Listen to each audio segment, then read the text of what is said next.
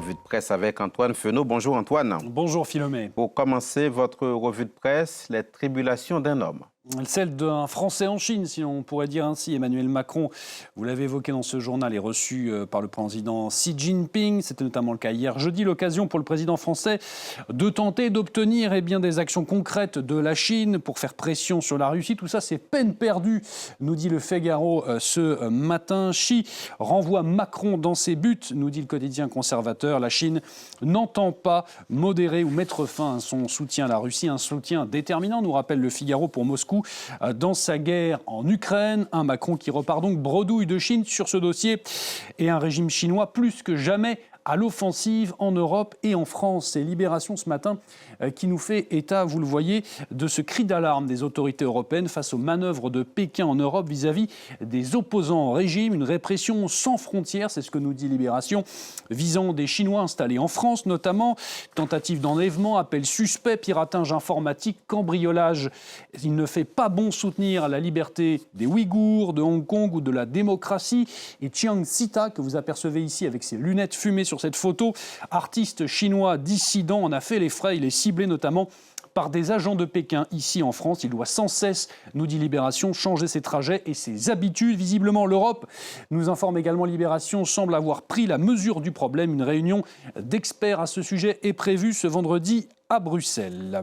À lire aussi, Antoine, un concours hautement politique. Oui, il s'agit de l'Eurovision, le célèbre concours de chant plus politique et polémique que jamais. L'édition 2026 se disputera avec Israël, a donc tranché l'instance chargée d'organiser le concours. Décision qui a provoqué le boycott et le retrait de plusieurs participants à la compétition. L'Espagne, les Pays-Bas et l'Irlande notamment. L'Espagne, vous le voyez dans les colonnes d'El País ce matin, l'évoque en longueur. De quoi plonger l'Eurovision, nous dit de son côté Politico, dans sa plus grave crise depuis sa création. Emblème également l'Eurovision du soft power européen, nous dit Politico. En cause, bien sûr, ce boycott, les actions d'Israël à Gaza, les accusations répétées de génocide. La presse israélienne l'évoque également ce matin dans ses colonnes. C'est à découvrir du côté du Jérusalem Post, si j'arrive à vous le montrer, Philomé.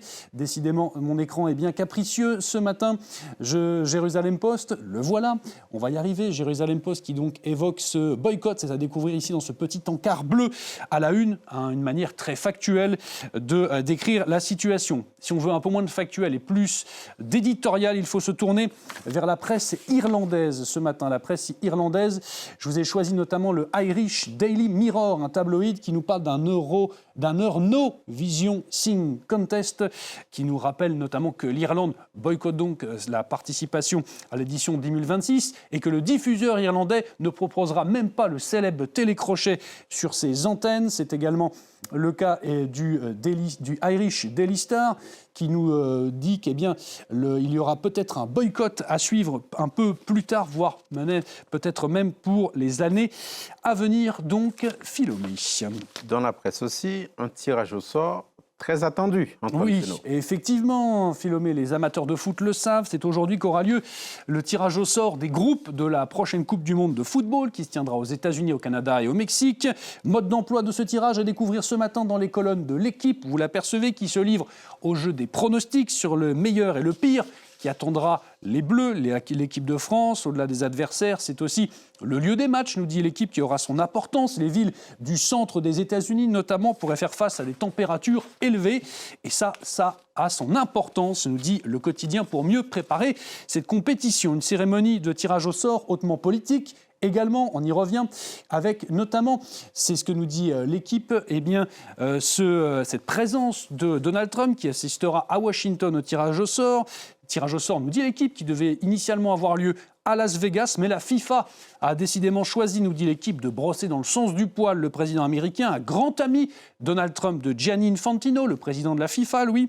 L'organisation qui devrait également remettre un prix, sans surprise, à Donald Trump, le prix FIFA pour la paix, une consolation, nous dit l'équipe, pour un Donald Trump qui rêvait tant du prix Nobel de la paix. Et justement, ce prix assez obscur, le Guardian l'évoque aussi dans ses colonnes, et nous parle surtout du président de ce comité, de cette commission commission spéciale chargée de décerner ce prix. C'est un Birman, le président de la fédération birmane, il s'appelle Zhou Zhou, et son conglomérat, notamment nous apprend le Guardian, car il en a un, a été visé par des sanctions des États-Unis et de l'Union européenne. Ses activités, les pierres précieuses, le ciment, l'embouteillage. Zhou Zhou qui aurait également engagé le petit-fils du chef du général Tan Shui pour jouer dans l'équipe nationale, une ombre de plus au tableau déjà bien chargé de la FIFA, nous rappelle le Guardian, qui a été visé notamment par plusieurs scandales de corruption et notamment des arrestations de certains de ses responsables en Suisse notamment. Mais ça, visiblement, Donald Trump s'en moque, Philomé.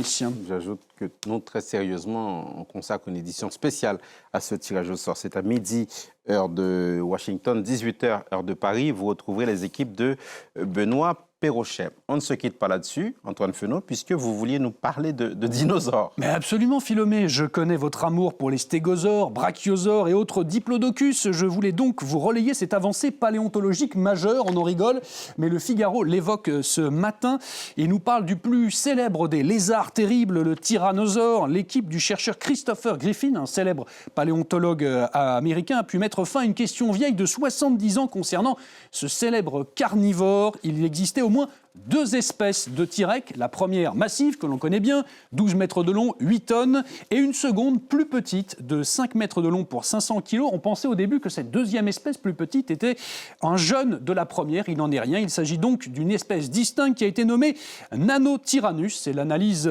microscopique d'un os qui a permis de lever le doute, l'os hyoïde très précisément, que l'on retrouve notamment chez les oiseaux, des petits tyrannosaures qui arpentaient donc la Terre il y a 70 millions d'années. Une découverte à rugir de plaisir, évidemment. Merci beaucoup.